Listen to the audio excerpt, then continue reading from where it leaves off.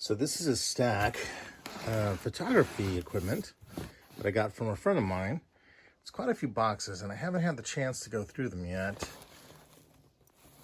This used to belong to their father and it was given to me to sort of go through and just see what all is going to be in here. So that's what this video is going to be about.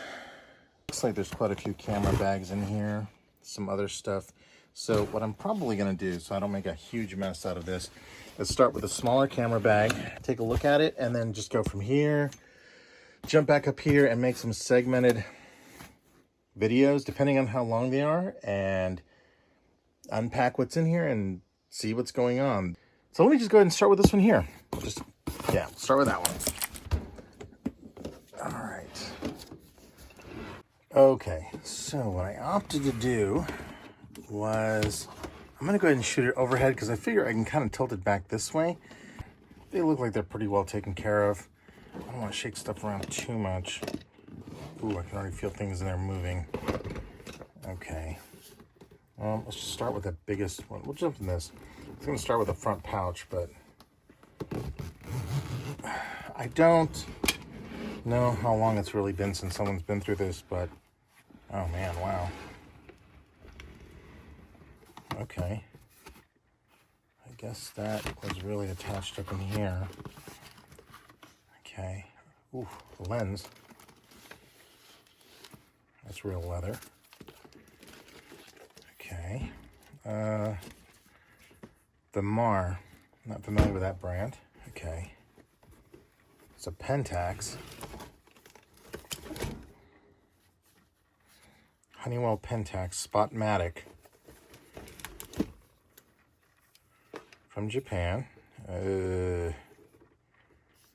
Wow, it's been a while since I've handled one of these. This thing is heavy as hell. I forget, since I've been using digital cameras for some... I think there's film in this. Okay, I don't want to mess with that too much. I need to look more into this. I think there is actually film loaded in this thing. I mean, that doesn't, like, the body is, that is solid metal, with the exception of this casing around here. Okay, that's interesting. There's some dirt in there. Have to clean all that up. Otherwise, looks like it's in really good condition. I don't know. Haven't, probably gonna be a little bit before I try these. Yeah, there's a little bit of gunk right up underneath here. Is that, what is that? I'm not sure what that is. Okay. What else in here? Oh, another lens, another Vermar. Well, I'll open these up here in a minute and see what else is in there. It's an adapter lens? Not sure. Oh, wow. This is Accura Quick. That is solid steel and very, very hard PVC plastic. God damn. Oh, it's even got like a bit of leather in here for adjustment to slide on. That is, geez, everything today is plastic, and it's kind of shocking to see something like this. I'm going to have to really do my research on some of this stuff. Okay, okay, see, dude. Man, wherever you are, seriously, like, putting desiccant packs to prevent moisture from getting into your stuff is awesome. I do this with my books, my records, with so many things, my toy collections. Look, this, okay. Oh, you're a man among men, sir. All right, let's see what this one is here.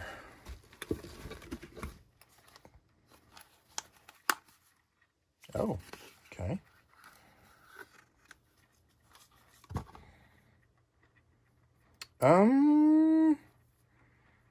Lens made in Japan. Oh, okay. It's a 2X Auto Prinz Vari Rim. I don't know. I do photograph stuff, but I'm not a professional photographer and at best a hobbyist. So a lot of this stuff is really strange to me. Wonderful, but very strange because I don't know totally what I'm looking at here. Vimar auto extension tube set for a Pentax. Okay, wow, $6.60. Ooh.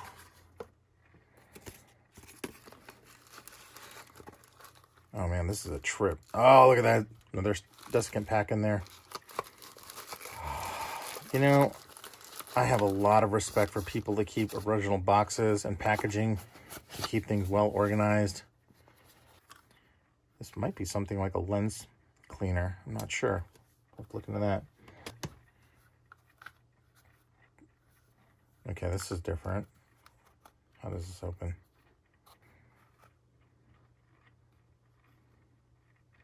Oh, wow. Okay, that might be some sort of color correction lens. I'm not sure. Again, if you guys know what this stuff is, please leave some comments down below because I don't know. Vivitar. Okay, I'm familiar with that brand. I think I actually have an old Vivitar flash somewhere. Okay, so before I go and look in here, let's take a look at this. Cap on it. Damn.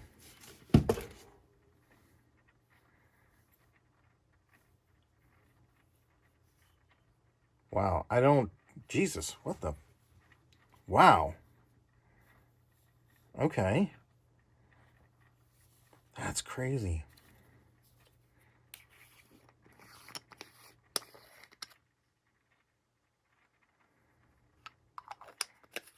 So the reason I'm kind of like not saying as much during this is I'm a little wilded out by like, yeah, the lenses definitely need cleaning. It's a telephoto, 200 millimeter Remar.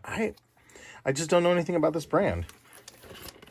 The case is in gorgeous condition. I'm surprised there's not a silicone pack, a desiccant pack in that one. Leather's in great condition. A little dry, but not bad. Yeah. All right, so I imagine that this here is similar. This might be like a 50 millimeter lens or something. Let's see here. Oh, it's a wide angle. Interesting. Yeah, 35 millimeter. Okay. Well, that's just ace. I love that. Yeah, no cracks on that. I mean, I'm not expecting to find anything really busted up in here. This is clearly a gentleman that understood the need to, you know, watch and protect this sort of thing. This, you know, I think he was a hobbyist. I don't believe he was a professional. But this is still more pro of a setup than some things I have. So, at least as far as I know, this could be something completely different. In regards to, you know, what he was using stuff for. And this is only the first bag, so let me put some stuff back in here. So, man, there's desiccant packs everywhere. I'm going to move these over to the side first. Get this out. Kind of place this in here carefully. I know this isn't going to go back in the same way. Be very careful about how I'm putting stuff in here. I don't know where to put this yet. Thankfully, there are covers for everything. None of these desiccant packs are broken, which is good. I think I'll place this over here. Yeah, I'll do that for now. Put that there. Put the rest of them around it. I know somebody's probably screaming, watching this, going, "That's not how that was put in there." Well, I'm trying.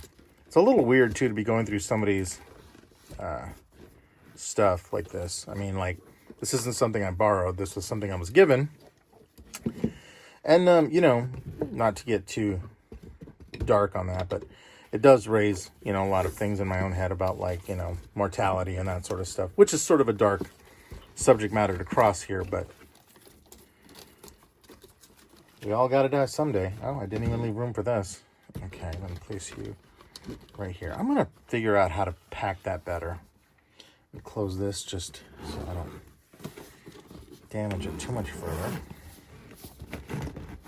Okay, this one here. Is there anything even in here? Oh, dude.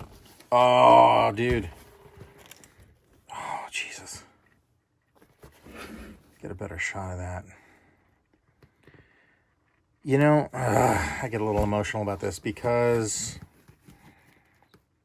okay, just for posterity, I kind of want to show everything. He even has a desiccant pack in here for this. So I'm going to pull out this stuff out very slowly.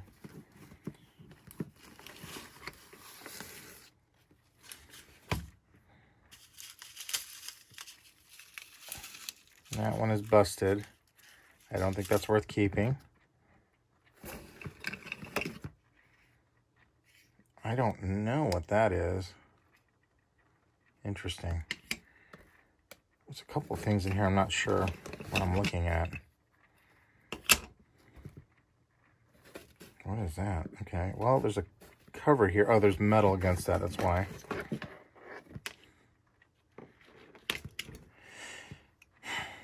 You know, okay, we're going to pause for a moment here. No doubt this was a pencil that he had left in there to come back to at some point in time. Well rounded on that side. I mean, in his lifetime, just another pencil. Afterward, a remnant of the last thing he may have sharpened, you know, in his photography stuff. What the hell? Is this lipstick? What is this? What the? Oh my God! That's a brush for the lens! That's so freaking rad! I mean, again, I'm not a professional photographer, so I don't really see gear like that, but just this make like that. That's rather rad. I was not expecting that. That's really cool. Dude, you had good taste. And a busted rubber band.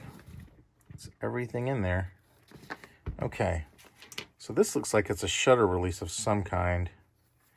Almost certain it is. Yeah, that's exactly what that is. So there you go. Works really well too.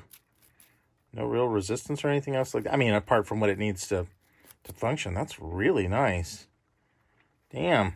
Okay, that's cool. So this is, it's $1.95 at one point. The Kodak Master Photo Guide.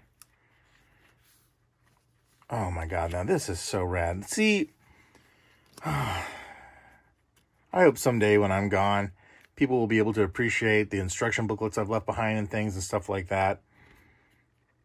This is wonderful. You don't even see stuff like this made for cameras anymore. You just don't. That is freaking rad. Day? Oh, wow. Okay. Daylight exposure dial.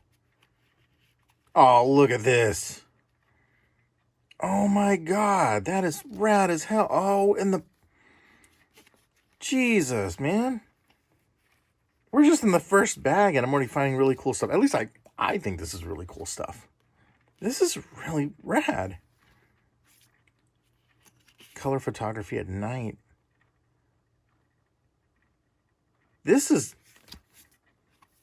Good Lord. That's flash guide numbers for black and white and for color. Based on the type of film you're using, they have flash exposure dial. Oh man, that is something. Black and white film data, color film data, light balancing dial. Filter sub. Oh, look at that. Look at that. Contrast filters. Are you kidding me, man?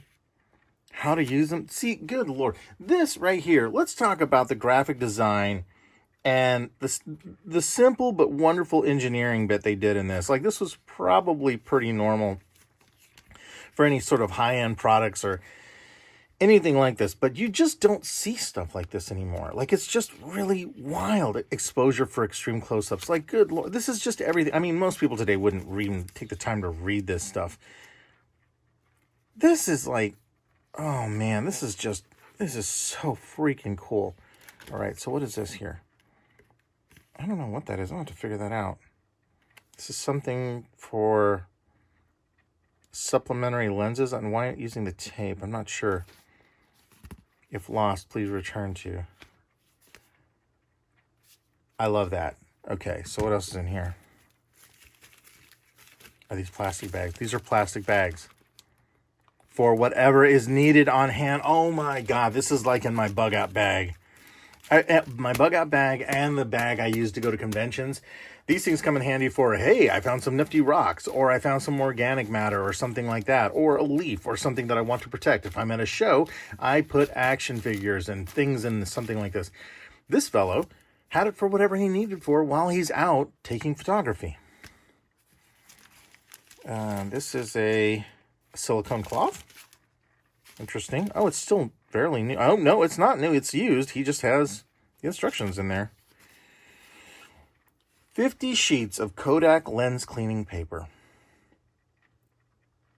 A soft, lintless paper specifically prepared for cleaning lenses, filters, and other highly polished glass surfaces. Safe for coated lenses as well. There's a bunch of them in there. To Know Me Is to Love Me by Charles Schultz. There's a little bit of his writing on top. So it's just a little memo pad. Either he was a Peanuts fan or somebody gave it to him, but this is still really cool. Is there a year on this? Oh, good Lord. Of all things, of course, it's Hallmark. Oh, more Ross optical lens tissue. Will not scratch or lint, effectively removes all grease from polished lens surfaces, safe for photographic lenses. That's brilliant. Okay, I think it's already been used. Right? Have you been used? Scared to tear it. This paper is functionally a little different than I thought it was going to be. Oh, no, maybe it doesn't seem to have been opened. It's just well worn and in the ready because this is sealed. That's glued down. Yeah, it's not coming up at all. Okay, I don't want to mess that up. All right, so with the memo pad, it's this, and that. Okay, so for safety, because I have animals and this stuff is already open, I am going to throw this away. Yeah, because I don't want that getting out or doing anything else like that. That was really cool. I mean, let me open this up one more time here. So yeah, this is oh man, that's a robust zipper.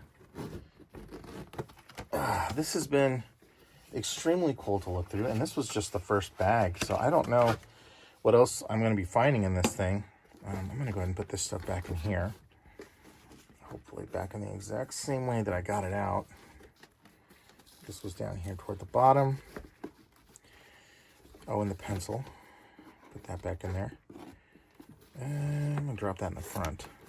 Ooh, see, now I'm worried about it breaking. I'm going to put it right there. Drop these. I'm not sure what these are. Walls, made in Japan. Looks like some sort of filter cover. This is probably my favorite thing in here. Yes, the camera is amazing and awesome, but I've truly never seen this before. All right, I'm gonna put this back here. Let's go ahead and button that down. And then let's pull this back over here. So this was really cool. Man, you know what I'll probably end up doing is getting some of this stuff back out just to do a real quick shot for the thumbnail for this sort of thing. But I think what I'm going to do is, now that we've done this, like the video's already ran fairly long for what it's worth. So what I think I'm going to do is try and keep this as as close to 20-25 minutes as I possibly can. And then at a later time, I will come back and individually end up looking at each one, because this would be an incredibly long set of videos if I just went for everything. There's, I think, 2 or 3 more bags similar to this that are larger, that have stuff in them. And then there's 2 boxes that have a bunch of other photography stuff in them as well. So I'd much rather kind of take it one step at a time and see what I find in there, because it'll be really interesting to see what ultimately is in all this stuff. Again, I did not know this fellow. After he passed away, my friend just didn't know what to do. So she thought, you know, hey, you work with video and you do stuff like this and you're into photography. And I was like, absolutely I am.